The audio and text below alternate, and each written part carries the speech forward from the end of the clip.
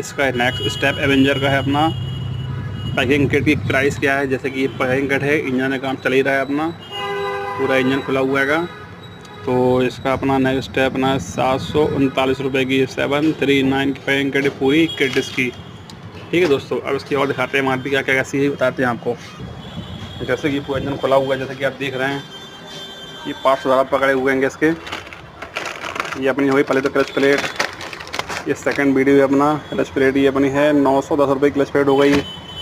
और इसकी अपनी ये हो गई क्या, हैंडल की छठा कटोरी हो गई हैगी 657 की। और इसका अपना व्हील वगैरह हो गया, ये कितने का है 190 रुपये का ये हो गया अपना। पैसा प्लेट एक पीस कितने की हैगी 43 रुपये की, 5 लगती है इसमें। और ये अपने ब्रेक शू वगैरह हुआ है एवेंजर के, ये कितने का है 258 रुपये का। उसके नेक्स्ट स्टेप बताएंगे आपको उसके आगे वीडियो, ठीक है, थर्ड वीडियो में।